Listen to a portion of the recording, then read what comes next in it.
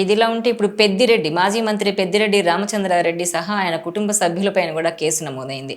దాదాపు చిత్తూరు జిల్లా ఆయన నియోజకవర్గంలోని మంగపేటలో 28 ఎకరాల అటవీ భూముల్ని కబ్జా చేశారంటూ ఆరోపణలు ఉన్నాయి. దీనిపైన ఆయనపై కేసు నమోదు చేశారు. దీంట్లో ఇప్పుడు ఏం జరగబోతోందంటారు? ఇటు మిథున్ రెడ్డి, ఆయన సోదరుడు, వాళ్ళ సతీమణి మీద కూడా కేసులు నమోదయ్యాయి. ఇప్పుడు వాస్తవంగా చిత్తూరు జిల్లా పులిచెర్ల మండలం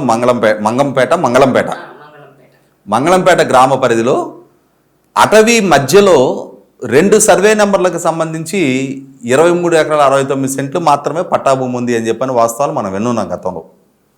ఆ 23 ఎకరాల 69 సెంట్లని కొనుగోలు చేసిన పెద్దిరెడ్డి రామచంద్రారెడ్డి గారు దాన్ని రిజిస్ట్రేషన్ చేసుకునేటప్పటికి భూమి వ్యాకోచం చెంది అది 45 ఎకరాలుగా రిజిస్ట్రేషన్ జరిగింది. 45 ఎకరాలుగా రిజిస్ట్రేషన్ చేసుకున్న పెద్దిరెడ్డి రామచంద్రారెడ్డి గారు దాన్ని రెవెన్యూ రికార్డుల్లో 10-1 అడంగుల్లో నమోదు చేసేటప్పటికి 77 ఎకరాలుగా నమోదైంది. 77 ఎకరాలుగా 10-1 అడంగులు నమోదైన భూమి ఫిజికల్ పొజిషన్ మరింత వ్యాకోచం చెంది 104 ఎకరాలుగా కబ్జా చేశారు. అంటే అసలు పట్టా భూమి 23 ఎకరాల 69 సెంట్లు. అది వాస్తవంగా ఫిజికల్ పొజిషన్ వచ్చేప్పటికి 104 ఎకరాలకి. మనందరం కూడా గ్రామాల్లో కొంచెం లెక్కల్లో వీక్గా ఉన్న వాళ్ళని పెద్దలు కొన్ని సామెతల రూపంలో విమర్శిస్తూ ఉంటారు, హేళన చేస్తూ ఉంటారు. పంచపాండవులు మంచం కోళ్ళులాగా ముగ్గురు అని చెప్పని 2 వేలు చూపించారు అంటారు. అంటే పంచపాండవులు అంటే 5గురు, వాళ్ళని మంచం కోళ్ళతో పోలిస్తే కనీసం 4 ఉండాలి. ముగ్గురు అని చెప్పారు, చూపించేప్పటికి 2 వేలు చూపించారు. ఇక్కడ కూడా పట్టాభూమి 23 ఎకరాల 69 సెంట్లు, సేల్ డీడ్ 45 ఎకరాలకు చేశారు, 10-1 అడంగులు 77 ఎకరాలకు చేశారు, ఫిజికల్ పొజిషన్ 104 ఎకరాలకి. అంటే ఈ మిగిలిన 101 ఎకరాలు అటవీ భూమిని, ఈ మిగిలిన 81 ఎకరాలు అటవీ భూమిని కబ్జా చేసినట్టే కదా. అక్కడ మొత్తం అటవీ మధ్యలో 23 ఎకరాల 69 సెంట్లే పట్టాభూమి. 2 సర్వే నెంబర్లకు సంబంధించి ఒక సర్వే నెంబర్లో 17 ఎకరాలు, ఒక 17 ఎకరాల 69 సెంట్లు, ఒక సర్వే నెంబర్లో 6 ఎకరాలు. ఈ 2 సర్వే నెంబర్లు తెప్పిస్తే మిగిలిన మొత్తం భూమి అటవీ భూమి. అక్కడ మరి అంత అటవీ భూమిని అతను ఎంక్రోచ్ చేస్తుంటే ఆ అటవీ భూమికి ప్రభుత్వ నిధులతోటి 5 కిలోమీటర్లు బ్లాక్ టాప్ రోడ్డు ఫామ్ చేసుకుంటే అక్కడ అతను ఒక 3 అంతస్తుల ఫామ్ హౌస్ నిర్మాణం చేసుకుంటే చుట్టూ ఫెన్సింగ్ చేసి అటవీ భూమిని తను స్వాధీనంలో తీసుకొని అక్కడ కల్టివేషన్ చేస్తూ ఉంటే అటవీ శాఖ అధికారులు ఏం చేస్తున్నారు? 23 ఎకరాల పట్టాభూమి 45 ఎకరాలుగా రిజిస్ట్రేషన్ చేసిన రిజిస్ట్రేషన్ అధికారులు ఏం చేస్తున్నారు?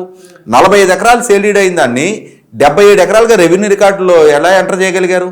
అంటే ఇక్కడ 1 ఈ రోడ్డు ఫార్మేషన్కి సహకరించిన అధికారులు, 2 రిజిస్ట్రేషన్ అధికారులు, 3 రెవెన్యూ అధికారులు, 4 అటవీ అధికారులు, ఇంతమంది కలిపి కలగలిసి ఒక రాజకీయంగా హోదా, పదవి, అధికారం, డబ్బు ఉన్న నాయకుడు చేసే అక్రమాలకి సహకారం అందించారు అని అంటే వీళ్ళందరూ కూడా వాళ్ళ విధుల్లో నిర్లక్ష్యంగా వ్యవహరించినట్టే కదా. 100% ఈ విషయాన్నే గతంలో ఈనాడు వెలికి తీసిన తర్వాత దాని మీద లోతైన విచారణ జరిపి ప్రభుత్వం ద్వారా ఫారెస్ట్ కన్జర్వేటరు, తిరుపతి ఎస్పీ, డిఆర్ఓ వీళ్ళ ద్వారా జరిపిన విచారణలో సర్వే చేయించి అక్కడ నిర్ధారణ జరిగిన తర్వాత అటవీ భూముల ఆక్రమణ జరిగింది అని చెప్పి నిర్ధారణ చేసుకున్న తర్వాత అదే సందర్భంలో అదే పెద్దిరెడ్డి రామచంద్రారెడ్డి కుటుంబం ద్వారా తిరుపతి నగరంలో అతను ఇల్లు కట్టుకొని ఉంటున్న ప్రాంతం బొగ్గమఠం భూములను ఆక్రమించి అక్కడ కూడా ఆక్రమణలో చేసిన ప్రాంతానికి సొంతంగా రోడ్డు వేసుకొని ఆ రోడ్లో కూడా ప్రజల డబ్బుతో రోడ్డు వేయించి ఆ రోడ్డు మీద కూడా పబ్లిక్ యాక్సెస్ లేకుండా ఇతను ఫెన్సింగ్ చేసేసి ఆ 3 ఎకరాల 88 సెంట్లను కూడా ఇతను కబ్జా చేసిన నేపథ్యంలో గతంలో బొగ్గమఠం వారి ఫిర్యాదు మీదకు సర్వే అధికారులు ప్రయత్నం చేస్తే కూడా వీళ్ళ అనుచరులతోటి ఏ విధంగా ప్రతిబంధకాలు కల్పించారో చూసాం. ఇటువంటి నేపథ్యంలోనే నిన్న పవన్ కళ్యాణ్ గారు అటవీ శాఖ మంత్రిగా ఈ విధమైన అటవీ భూములు ఆక్రమించిన పెద్దిరెడ్డి రామచంద్రారెడ్డి కుటుంబం మీద, పెద్దిరెడ్డి రామచంద్రారెడ్డి, అతని కొడుకు మిథున్ రెడ్డి, అతని తమ్ముడు ద్వారకానాథ్ రెడ్డి, అతని సతీమణి ఇందిరమ్మల మీద, వీళ్ళ 4 పేరు మీద కేసులు నమోదు చేయమన్నారు.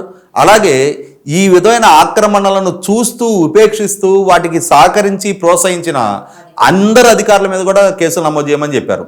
బహుశా నేను అనుకోవటం ఇప్పటి వరకు చిత్తూరు జిల్లాలో తను ఆడిందాటగా పాడింది పాటగా తన కన్ను ఏ ఆస్తి మీద పడితే ఆ ఆస్తిని కబ్జా చేసుకుంటూ తన పాదక్రాంతం చేసుకుంటూ వచ్చిన పెద్దిరెడ్డి రామచంద్రారెడ్డి ఈ అంటే పెరుగుట విరుగుట కొరకే కానీ ఇన్ని సంవత్సరాల తన అధికారం మాటను సాగించిన ఈ ఆక్రమణల పర్వానికి ఈ అంశంతో అయినా సరే ఒక ముగింపు పలికినట్టుగానే ఇక నుంచి అతని డిటీరియేషన్ అతని ఫాల్ బిగినట్టుగానే మనం కూడా భావించవచ్చు. ఈ వీడియో మీకు నచ్చినట్లయితే Please share, like and subscribe R24 Telugu.